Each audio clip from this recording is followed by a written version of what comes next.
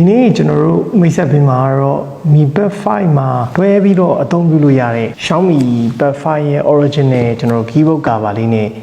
မိတ်ဆက်ပေးခြင်းပါတယ်ပြီးတော့ဒီ keyboard cover လေးကိုတက်ပြီးအသုံးပြုလိုက်ရင်ဒီ Mi Pad 5လေးဟာကွန်ပျူတာတစ်လုံးလို့စာရေးလုပ်တဲ့နေရာမှာပို့အဆင်ပြေလာနိုင်သလားပြီးရင်ကျွန်တော်တို့ဒီ Pad 5ရဲ့ design အသွင်ပြင်အားလုံးကို unbox လုပ်ပြီးတော့ကျွန်တော်တို့အတူတူစမ်းသပ်ပြီးတော့ကြည့်မှာဖြစ်ပါတယ်တစ်ချက်တည်းကျွန်တော်တို့ဒီသူ့ရဲ့ original keyboard နဲ့ပဲမြန်မာသားတွေရိုက်တာကြာရင်အဆင်ပြေလားကျွန်တော်တို့ Excel တွေ Microsoft Word တွေမှာလည်းမြန်မာသား setting ချိန်တာတွေအားလုံးကျွန်တော်တို့အတူတူကြည့်လိုက်ရအောင်ပါ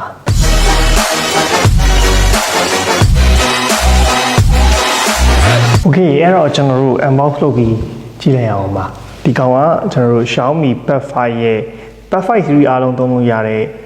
Mi Pad 5 original keyboard ပါဒါလေးရကဲเนาะကျွန်တော် unbox လုပ်ပြီးကြည့်လိုက်ရအောင်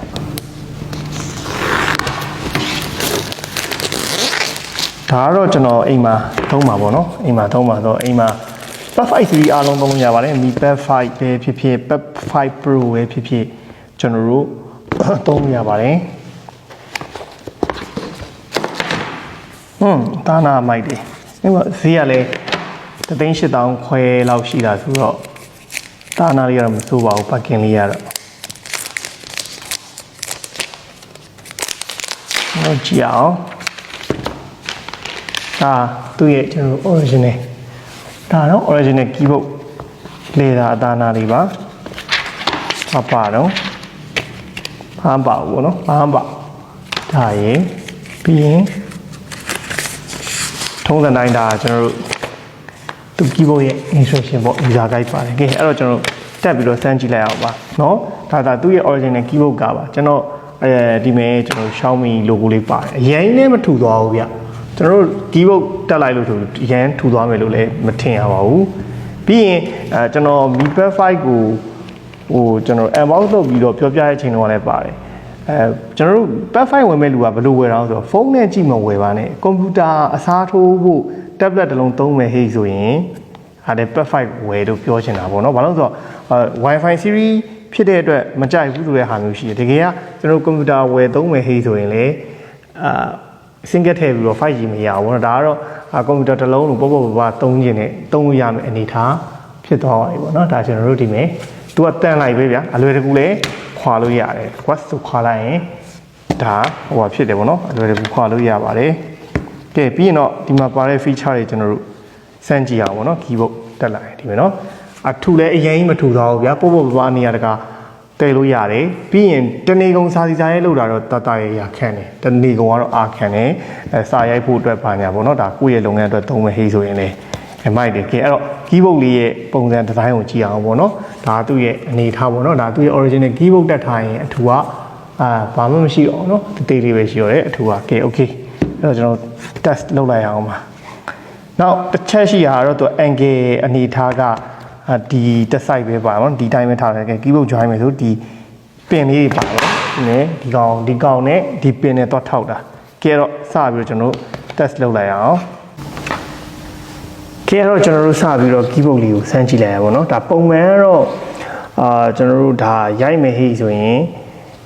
တက်တာနဲ့တန်းတက်ပြီးတော့ရိုက်လို့ရတယ်ပေါ့အဲ့တော့သူရဲ့ keyboard ကဟလာအဆင်ပြေတယ်key လေးတွေက switch လေးတွေကရိုက်ရတာဟိုမတောင်းရင်ဖြစ်မနေဘူးသူ့ရဲ့အနေထားမှာပဲဒီ keyboard ရဲ့ switch တွေရဲ့မိုက်တယ်ဟိုဈေးကလည်းမိုက်တာဈေးကလည်း2သိန်းဝန်းကျင်နာကတ်သွားတာဆို3,800ခွဲ3,900ဆိုတော့သူ့ရဲ့ keyboard switch မိုက်တယ်ပြီးရင်ဒီမဲ့ကျွန်တော်တို့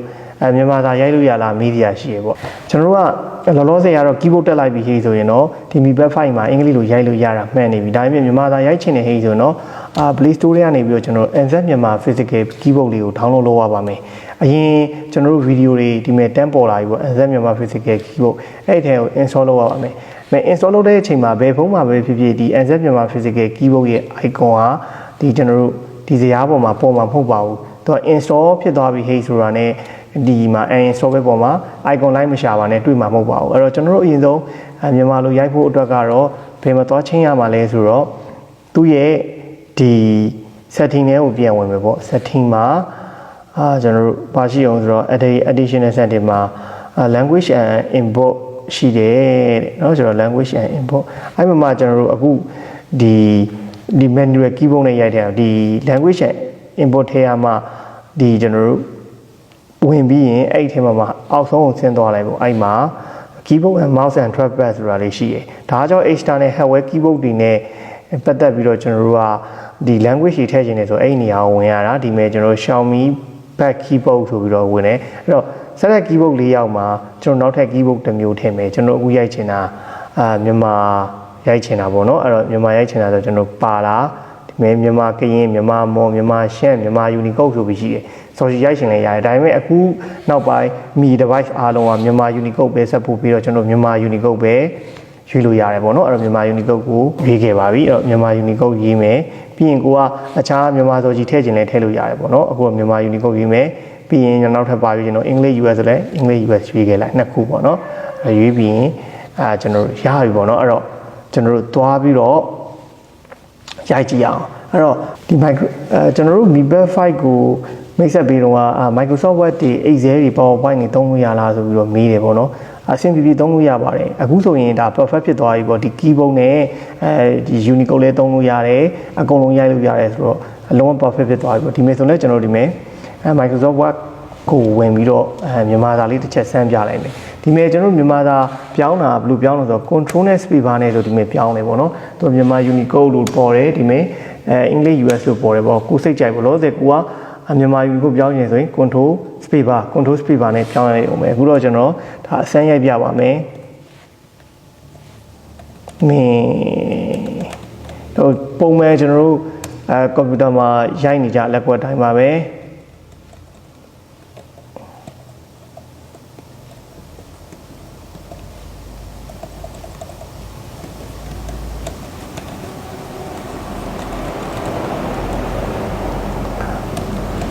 နော်ကျွန်တော်တို့အင်္ဂလိပ်လိုပြန်ပြောင်းရဆို control space bar Xiaomi Pad 5ကနေပြီးတော့ Pad 5 keyboard ကို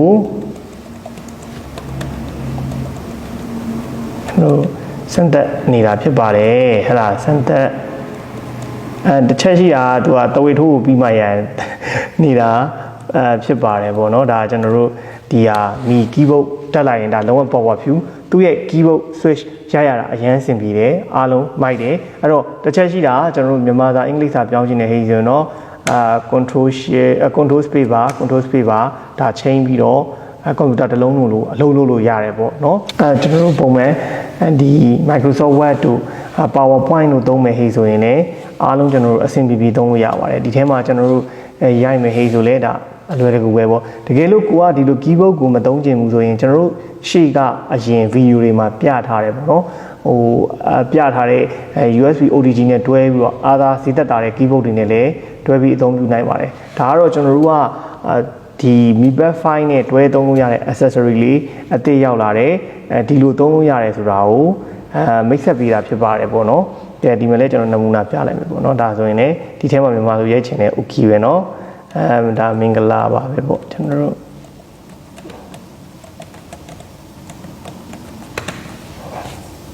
เนาะကျွန်တော်တို့နောက်ထပ်ဟိုဟာရိုက်မယ်ဟေးဆိုလဲဒီမယ်ပေါ့เนาะကျွန်တော်တို့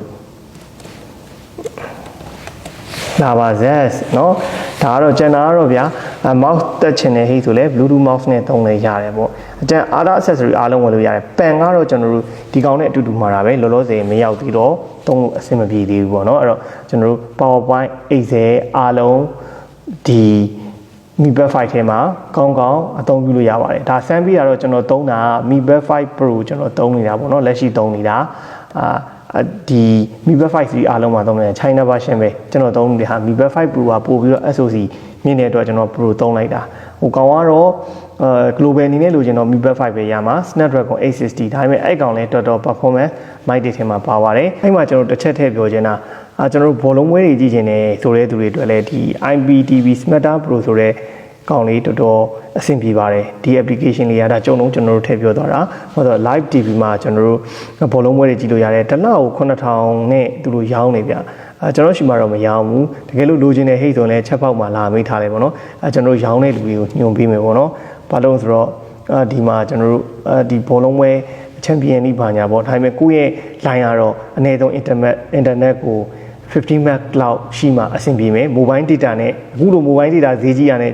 ကြည့်မယ်ဟေ့ဆိုတော့မကိုက်ဘူးပေါ့နော်ကျွန်တော်တို့ဒီ Sport TV မှာကျွန်တော်တို့အဆင်ပြေတယ်တော်တော်ကိုအဆင်ပြေတယ်ဘောလုံးပွဲ line တော်တော်စုံစုံများလဲဒီကနေပြီးတော့ကျွန်တော်တို့ကြည့်လို့ရတယ်ပေါ့နော်တစ်လားကို9000သူ3လလို့4လလို့တွင်တစ်လားကို6500လောက်ပဲကြားတဲ့အနေအထားမှာရှိရပေါ့နော်ဒါဆိုရင်ကျွန်တော်တို့ဒါဘောလုံးပွဲတွေအကုန်ကြည့်လို့ရတယ်ပေါ့ဒါအိမ်မှာ wifi ရှိတဲ့လူတွေအနေနဲ့ဒီ IPTV လေးမစိုးဘူးပြီးရင်အခုနောက်ပိုင်းပုံမိုက်တာရောင်းတဲ့လူတွေကဘာတွေ supporting ထပ်ပြီးတော့ဆိုတော့မြန်မာဆိုင်တို့စက်ကားတွေကိုအမြဲတမ်းသူတို့ upgrade လုပ်ပေးတယ်1050ဟလာဒီမယ်ဆိုလဲကျွန်တော်တို့ Korea series တွေလည်းကျွန်တော်တို့လုပ်ပေးတယ်ပေါ့နော်အဲဒီကောင်လေးမစိုးဘူးပေါ့ဒါကတော့ကျွန်တော်တို့ဒါကြုံလုံးဒီ tablet ပဲဖြစ်ဖြစ်အိမ်မှာရှိရဲ့ smart TV တွေပဲဖြစ်ဖြစ်သုံးမယ်ဟေးဆိုရင်ဒီ IPTV လေးဝယ်ပြီးတော့ကြည့်တဲ့အထက်မှာပါပါတယ်အဲဒီကောင်လေးတော်တော်ကိုအဆင်ပြေပါတယ်ကျွန်တော်တို့လည်းကြည့်ပါတယ်ဒါကြုံလုံးပြောတာပေါ့နော်ကျန်တဲ့ကျွန်တော်တို့ zone video သုံးတာတွေအားလုံးဒီပုံမှန် daily usage သုံးတာကတော့ကျွန်တော်လက်ရှိသုံးနေတာလည်းတော်တော်အဆင်ပြေတဲ့အနေအထားမှာရှိပါတယ်ဘက်ထရီကတော့ကျွန်တော်တို့ heavy use သုံးလိုက်တယ်ဆိုရင်တော့တနေ့ကုန်ပေါ့နော်24နာရီတော့ကောင်းကောင်းသုံးလို့ရတယ်အဲ့တော့ကိုကကွန်ပျူတာအစားထိုးအနေနဲ့သုံးချင်တယ်ဆိုတဲ့အနေအထားမှာစာစီစာရိုက်လောက်တာတို့ဒီကျွန်တော် edit လောက်တာတော့မျိုးစုံပေါ့သုံးလို့ရတယ်နောက်တစ်ချက်အနေနဲ့ကျွန်တော်တို့အရင်တုန်းကပြောလို့ပေါ့နော်တကယ်လို့ကိုက typing ကြည့်နေဟေးဆိုလဲကျွန်တော်တို့ဒီ typing ကျင့်လို့ရတဲ့ software တွေကဒီကျွန်တော်တို့ဒီ Play Store ကနေပြီးတော့ down ပြီးတော့ကျွန်တော်တို့ typing speed test တွေကိုကျင့်လို့ရပါတယ်ဒါ Android မှာတခါတည်းပါလာတာပေါ့နော်နောက်တစ်ချက်ထပ်ပြီးတော့ပါတဲ့ feature အနေနဲ့ဆိုရင်ဒါကျွန်တော် typing test ပေါ့နော်နှိပ်တာတော့ဒီမျိုးတော့တစ်စောင်းကြည့်ရတယ်ရိုက်တဲ့အချိန်မှာတော့ကျွန်တော်တို့ရိုက်တဲ့အနေအထားအတိုင်းမှာပေါ်တာကိုတွေ့ရတယ်ဒီကောင်လေးနဲ့ကျွန်တော်တို့ practice လုပ်လို့ရတယ်ကျွန်တော် web practice လုပ်တင်တယ်ဒီမှာ web practice ဆိုပေါ် HCIR ဟဲ့ကျွန်တော်တို့မှန်အောင်ရိုက်ပြရတာပေါ့ဒါကတော့ဒီကောင်နဲ့ကျွန်တော်တို့ဟိုလောက်ချင်တယ်လို့ပေါ့နော်ဒီကိုယ့်ရဲ့ diving ဆွဲရင်လေ့ကျင့်ခြင်းဟဲ့ဆိုရင်ဒီကောင်လေးနဲ့လေ့ကျင့်လို့ရတယ် keyboard တော်တော်နှိပ်လို့အဆင်ပြေပါတယ်နောက်ဆုံးတစ်ခုအနေနဲ့ပြောချင်တာကတော့ကျွန်တော်တို့ကဒီ launcher ပေါ့ဒီ launcher က MIUI launcher ကဟိုပုံမှန်သုံးနေကြ laptop မှာလို့ launcher ဖြစ်မနေဘူးဆိုရင် PC launcher down ပြီးတော့ computer Windows 10တို့ဘာလို့လိုမျိုးသုံးကျင်နေဟိဆိုရင်တော့အဲ့လိုသုံးလို့ရပါတယ်အဲ့တော့ထုံးစံတိုင်း Play Store ထဲမှာဝင်ပြီးတော့ PC launcher ဆိုရတယ်နော်ကျွန်တော်တို့ PC launcher ဆိုပြီးရိုက်လိုက်ပါအဲ့တော့ကျွန်တော် computer launcher ဆိုပြီးတော့ဒီမှာရှိရပါတော့ဒီမှာ computer launcher ကျွန်တော် Windows 10နဲ့ဒီကောင် install လုပ်လိုက်မယ်ပေါ့အဲ့ဒါဆိုရင်ကျွန်တော်တို့ကပုံမှန်ကျွန်တော်တို့သုံးနေကြcomputer ရဲ့ design အသွင်မျိုးဖြစ်သွားလိမ့်မယ်ပေါ့နော်ဒါဆိုရင်တော့ကျွန်တော်အားလုံးအောင်မြင်တဲ့အတိုင်းပဲဒီကွန်ပျူတာပေါ်မှာကျွန်တော်တို့မြင်နေကြအနေထားတိုင်းဖြစ်ချင်တဲ့ဟိတ်ဆိုရင်တော့မြင်နေကြအနေထားတိုင်းဖြစ်ချင်တဲ့ဟိတ်ဆိုရင်တော့ကျွန်တော်တို့ဒီလိုအနေထားနဲ့ထားပြီးတော့ကွန်ပျူတာတစ်လုံးလုံးလည်း PC မှုအနေနဲ့အသုံးပြုလို့ရပါတယ်လို့ပြောရင်းနဲ့ကျွန်တော်တို့ဒီနေ့မိတ်ဆက်ပြီးတဲ့ဒီ Xiaomi Mi Band 5ရဲ့ original keyboard လေးနဲ့ Mi Band 5မှာဒီ laptop တစ်လုံးလုံးသုံးလို့ရတဲ့ feature တွေပေါ့နော်အားလုံးကိုမိတ်ဆက်ပေးတာလေးတော့ဒီလောက်တင်အဆုံးသတ်ပါမယ်အားလုံး stay safe stay strong ပါ